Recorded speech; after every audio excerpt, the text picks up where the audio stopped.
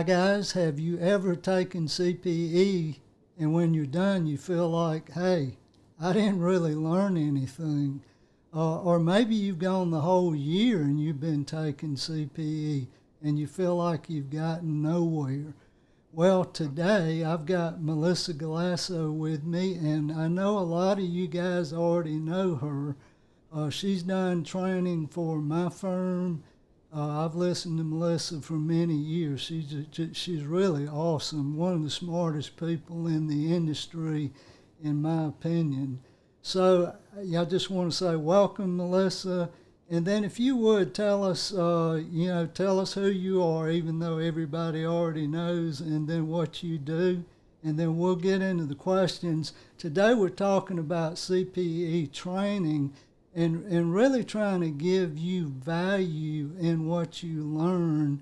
And so she's going to give you some tips about how to actually learn through your CPE. So Melissa, take it away. Well, thank you so much for having me, Charles.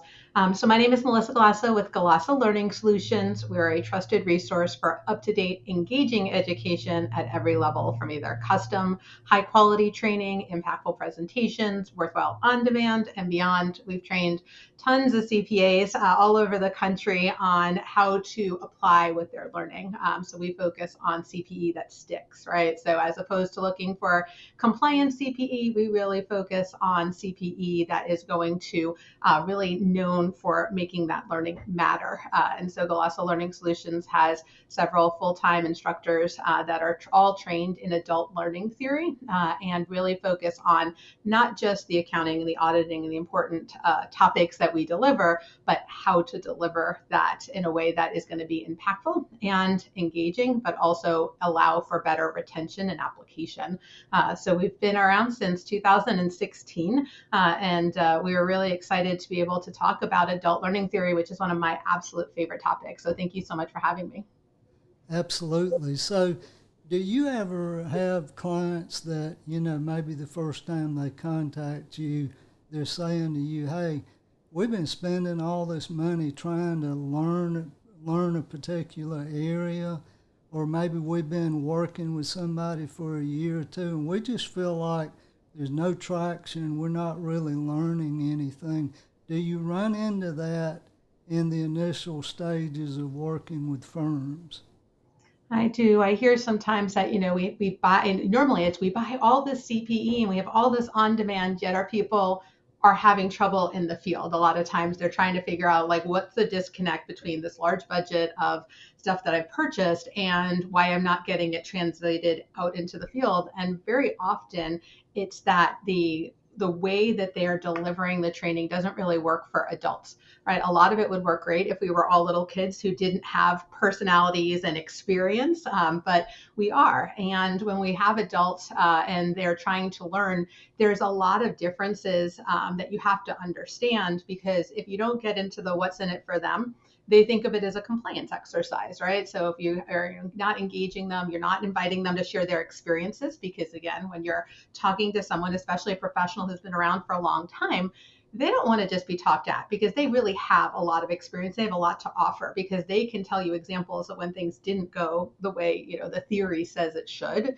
And so a lot of times if you incorporate the participant in, and they get to share their stories and they get to talk about how they're going to apply what they're learning, it turns out so much better. But very often they're like, well, we give them this all you can eat package and they can go out there and they can get anything they need without any direction, any learning plans, any practical application. And then they're like, I don't know why it doesn't stick.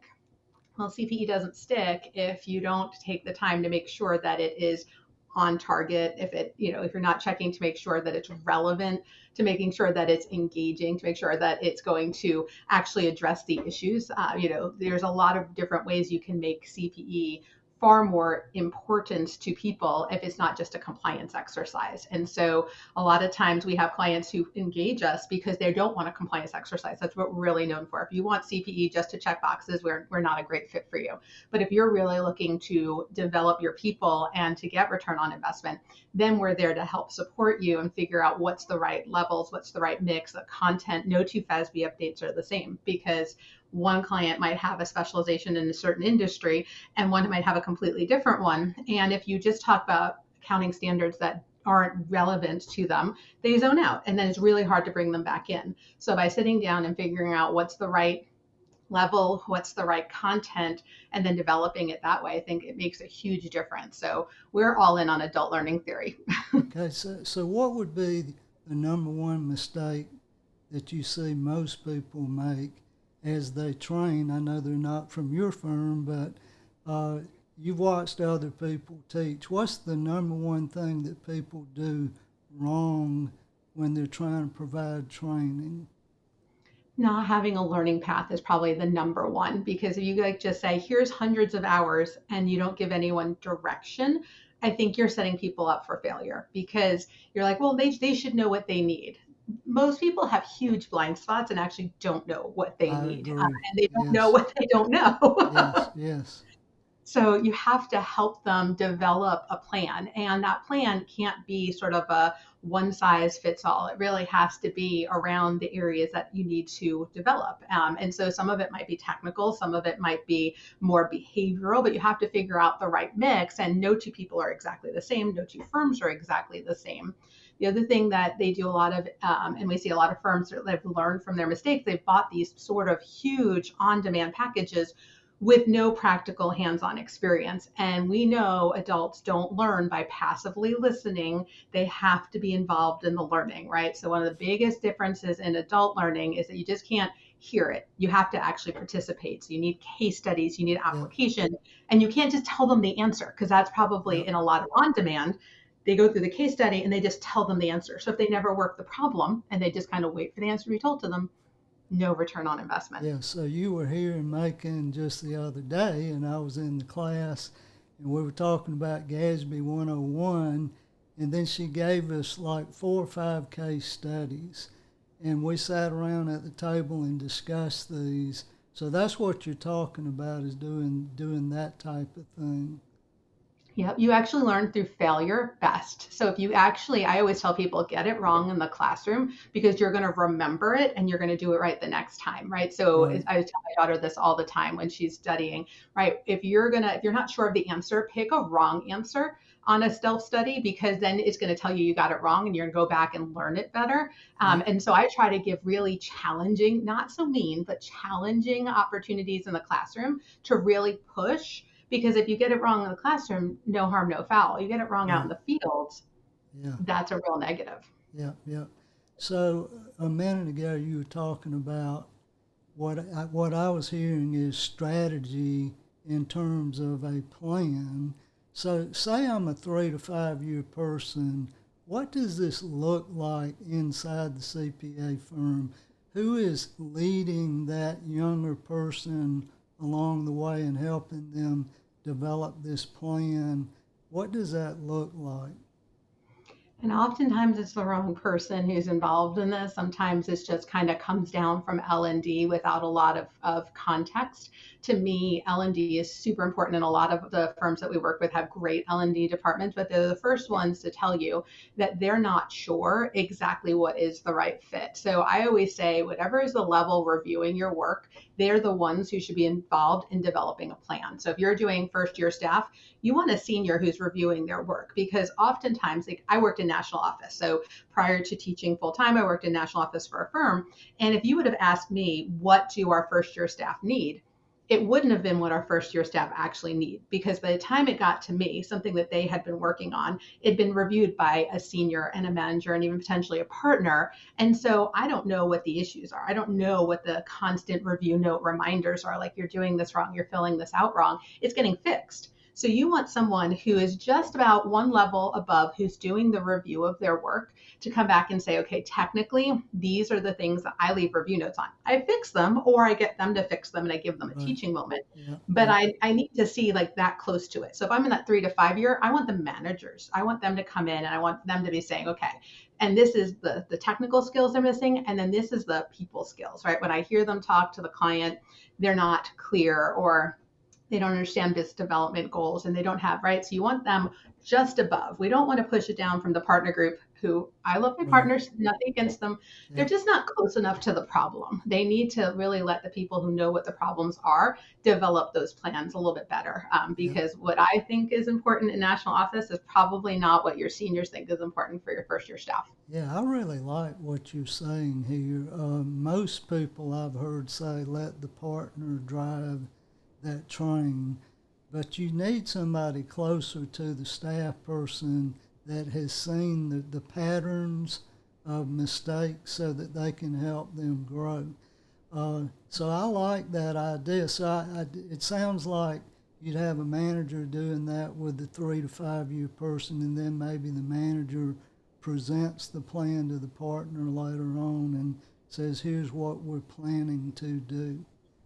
Absolutely. And if there are things like updates that are coming out, right? So in national office, we knew it was changing. So I knew you needed to know this new standard or that new standard. So there's still a role for partners, there's still a role for people who are going to focus on the change. But if you're trying to improve quality, it's got to come from the people who are reviewing the work. You can't improve quality without having that. And that's why I love the quality management standards, because the new quality management standards, that information communication is really two ways. It's the firm pushing down, but it's the engagement teams pushing up. And I believe that quality will come from the engagement teams pushing up information that may have gotten lost over the last few years. And now they're starting to be able to say, hey, whoever's in charge of quality, right? You may think this is the problem, but we think this is the problem. And I'm really excited to see how that information communication change within the quality management standards will really just propel us forward in the area of quality. Yes. I know your firm, you have different level training. So walk us through that a minute because I think it's pertinent to the discussion. So you got a progression. We want to see people go from 0 to 60, say, over that first 3 to 5 years. How do you go about doing that? Absolutely. We have two different ways we deliver level training. The first type of level training is what we would call custom training. We work one on one with firms to say, okay, what do you expect of your first year staffs? Because in really large firms, it's a lot different than small firms, what a first year is going to be exposed to. So we'll sit down with the firm and we'll say, okay, what are the audit areas that they're going to be focused on? What are the, how do they understand the big picture? And we'll sit down and we'll work one on one with them. We have a needs assessment. Jacqueline is a phenomenal trainer. She's responsible for our level training, and she really sits down and says, okay, what makes sense? But we also recognize that not every firm can have a one-on-one like level training like that. They just don't have enough new hires. They don't have enough people in a cohort to really engage. And so we offer public cohorts for that reason. And in there, we've kind of taken the best practices from what we've heard from typically our smaller firms. Our larger firms, right, don't always look and feel the same way, but they have these oncoming classes that are able to really have that specialized information. So we kind of look at what our smaller firms are doing, and we've developed a level of training. And so first year is very technical, but also very hands-on. A lot of people assume that a staff coming out of college knows how to do a bank rec. What we know is that's just not true, right? We Right. don't, it's assumed, oh, they must learn that in auditing class. Yeah. So we start with the basics and we focus and hit hard on assertions, because to me, if you're going to do an audit in particular, that's where we focus our level training. You have to understand the assertions. So we Yep. play games.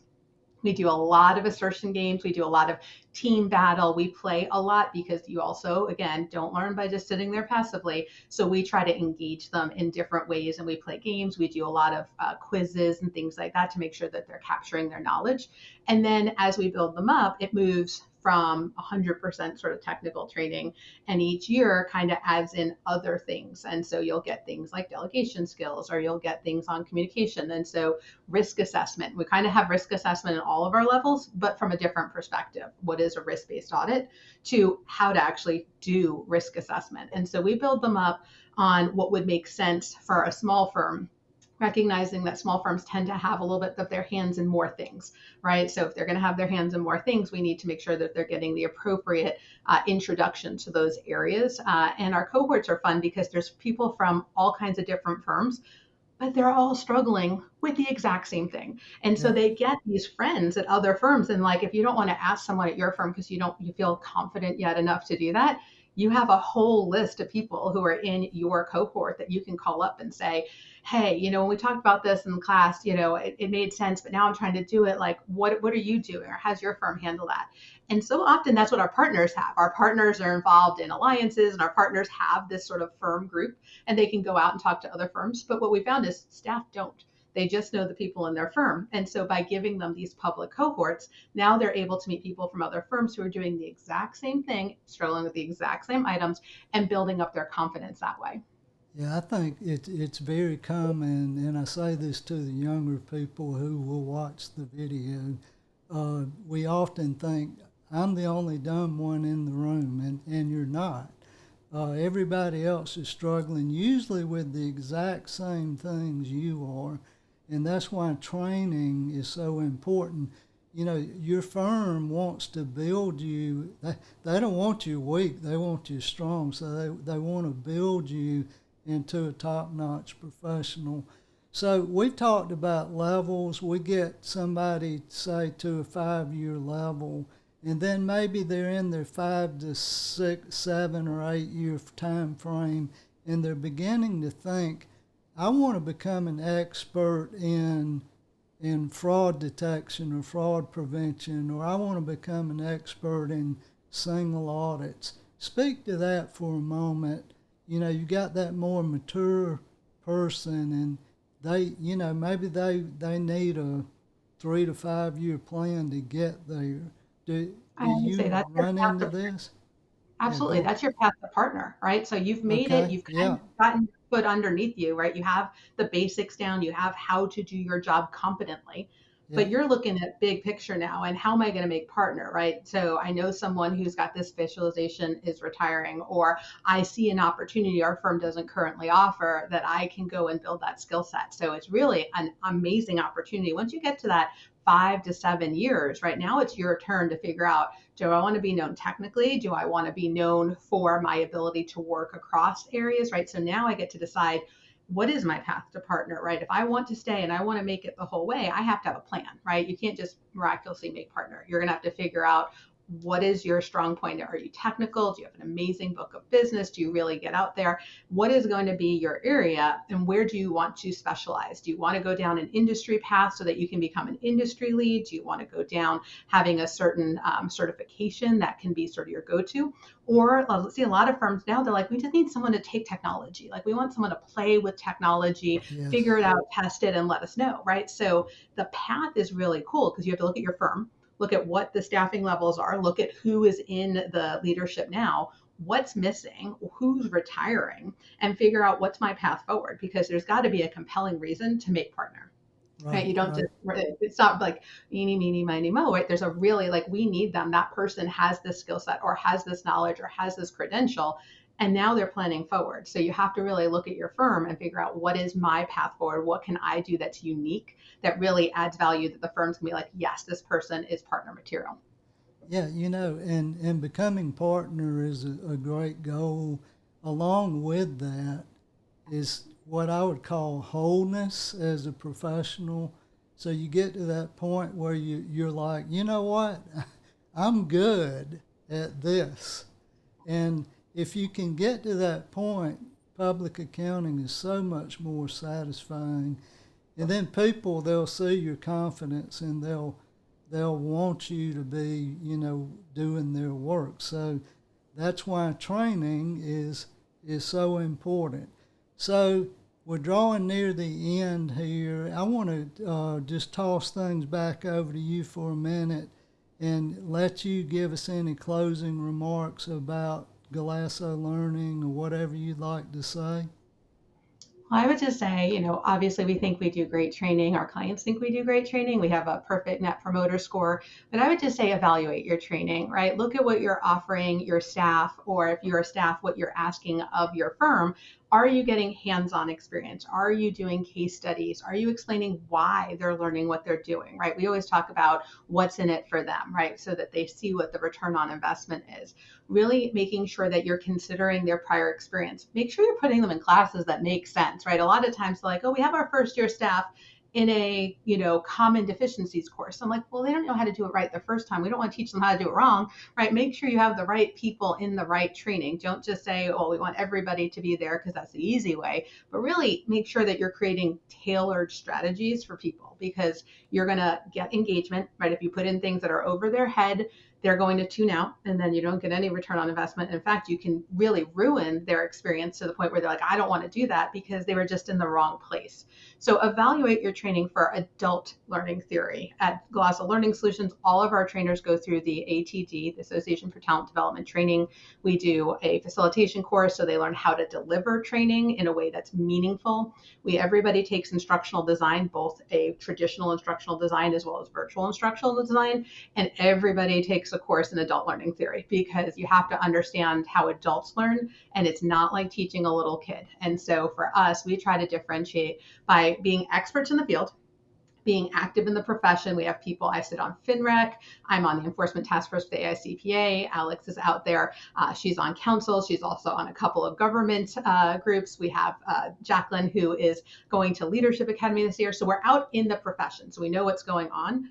But also important to us is that it's not just about the content, it's about how you deliver the content. And so telling stories, engaging people, practical application, that's what we pride ourselves on. So it's not your traditional methodology. Even in our on-demand courses, we still incorporate case studies and practical application, because we know that's how people do learn. And so we want to make sure that we can offer a full, proctored rebroadcast, on-demand, in-person level, and we can really make it, as return on investment as possible. And we'll give you the right mix of things regardless of the size of the firm. Okay. And I don't want to go without making a plug for your book. So give us a 30-minute word about your book. She's written a book about nonprofits. So if you'll do that.